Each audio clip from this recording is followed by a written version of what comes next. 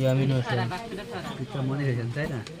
পিতার নাম হলো মমিন, মমিন হোসেন।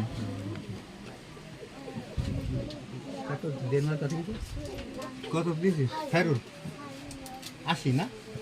না 70 খায়রুল, খাইলুরি কা শোনো খায়রুল, খায়রুল না, এরা তো খুব ঝামেলা লাগালো দেখছি, রাগ হয়ে যাচ্ছে।